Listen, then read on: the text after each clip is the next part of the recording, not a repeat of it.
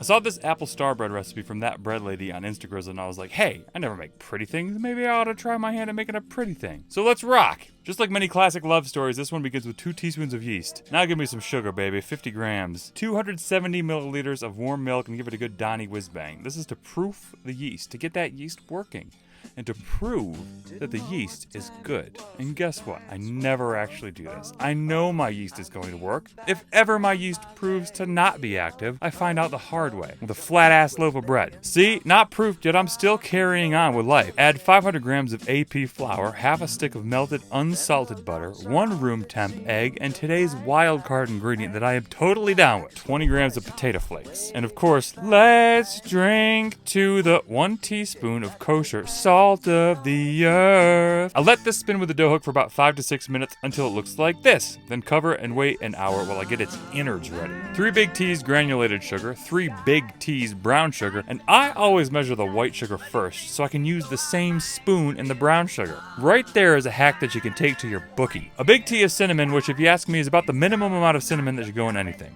Mix it all up with a fork. No, you know what? Forget the fork. Consider the fingertips. Oh, it smells so cinnamony. Cinnamony. I take a handful of pecans, about a 1/3 cup, chop them up, then I peel and chop a Grandma Smith apple. To assemble, split the dough into thirds and roll each third out into an 11-inch circle. This dough is actually incredibly easy to handle, and I'm wondering if it's because of them tater flakes. At any rate, nice dough recipe, that bread lady. Per the recipe, fold the dough round into quarters and easily relocate it to a parchment-lined cookie sheet. I'm using a silk pad. I melt 3 tablespoons of butter and brush the first round with half of it, making sure to keep the edge clean, and then goes on half the cinnamon sugar, half the Grandma Smith, half them chopped pecans. Roll out the second dough just like the first and lay it on top. I give the edges a good smush to seal them together, and then distribute the other half of the butter, cinnamon, sugar, apple, and nuts. Top it all off with the third dough and pinch it. Pinch it good. Now comes the part I didn't know I had in me.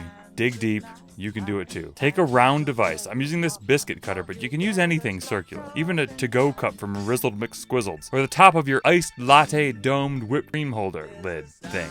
See? The world is full of circles if you just stop and take a second to look around. Make a cut at each major point on the compass, then a cut between those cuts, then a cut between all of those cuts. Now grab 2 adjoining pieces and twist them away from each other 3 times. Smush them to seal. Look at that. Now do the rest of them. As you can see, I had to go back quite a bit to pinch previous ones together. Maybe I'm just not that adept at pinching, but by the time I get done with it, I think this thing looks gorgeous. Look at it. Can you believe I did that? Because I cannot believe I did that. Now it rests for half an hour while the oven preheats to 375 F. And it looks literally no different except for that one weird little apple chunk that bounced free in the northwest quadrant. Take some egg and some milk, whisk it. Whisk it good. Egg wash the star all over. Thought a little sprinkling of turbinado sugar would be real fine on there. So I did it. Now into the oven for about 22 minutes, but I can tell you right now I probably should have let it go for 24 or 25 minutes. It comes out looking like this. A work of art! While this cools, I'm going to make the maple icing. A cup of powdered sugar, 2 big teas of maple syrup. And if you're not using real maple syrup for 100% of your maple syrup required applications, you're doing it wrong. About a big tea of milk, and the recipe calls for maple extract, but I will never own that, so I just go with vanilla. And if you're not using real vanilla extract for 100% of your vanilla extract required applications, you're doing it wrong. Whisk this until it reaches a good drizzly consistency.